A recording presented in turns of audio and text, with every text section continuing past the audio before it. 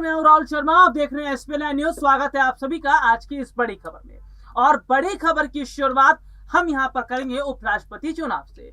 उपराष्ट्रपति चुनाव को लेकर तमाम तरह का अपडेट हम अपने दर्शकों तक पहुंचा रहे हैं, लेकिन उससे पहले समझिएगा कि उपराष्ट्रपति चुनाव में जो मतदान हो रहा है, जिस तरह का माहौल बना हुआ, कैसा माहौल है, सत्ता पक्ष क्या सोच रहा है, विपक्ष क्या सोच रहा है, और विपक्षी पार्टियों ने आखिरकार क्यों मार्गारेट अलवा को यहां पर उतारा, और मार्गारेट अलवा के चुनावी मैदान में उतरने से जगदीप धनखड़ की मुश्किलें कितनी बढ़ रही हैं।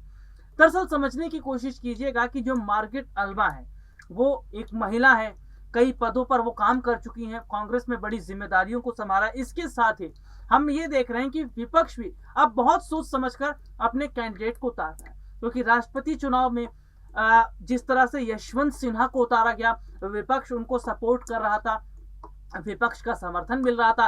तो वहीं उपराष्ट्रपति चुनाव की हम बात करें तो यहां पर महिला कार्ड खेलने की कोशिश की गई है, क्योंकि जनता ये कह रही थी कि अगर विपक्ष महिला कार्ड खेलता है या सत्ता पक्ष की तरह बहुत सोच समझकर अपने कैंडिडेट को उतारता है तो जरूर फायदा मिलेगा।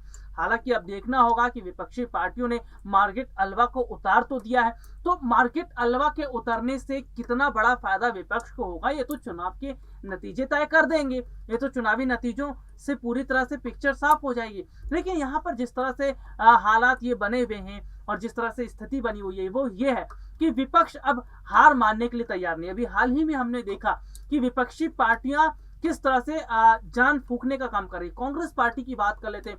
पार्टी के तमाम बड़े नेता या कहें गांधी परिवार सड़कों पर जब उतरता है, किस तरह से मोदी सरकार के खिलाफ, जी हाँ बीजेपी के खिलाफ वो जमकर हो हल्ला नारे लगाते हैं, और जो कि जरूरी भी है।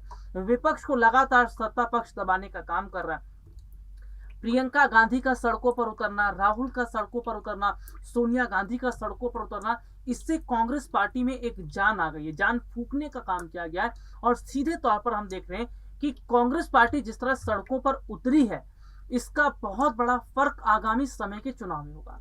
इस साल के अंत में 2 राज्यों में चुनाव है, साल 2024 में लोकसभा चुनाव है, तो जाहिर सी बात है चुनाव का वक्त है और कांग्रेस अब नहीं उतरेगी तो कब उतरेगी, ये भी सवाल खड़ा हो रहा था। तो कांग्रेस पार्टी के तमाम जो दिग्गज नेता सड़कों पर उतरे, जिस तरह से वो मैदान में उतरे, इसका सबसे बड़ा फायदा अब पार्टी को मिलता नजर आ रहा है। और विपक्ष जिस तरह से कार्ड खेल रहा है, इसका भी फायदा नहीं जरूर ही मिलेगा।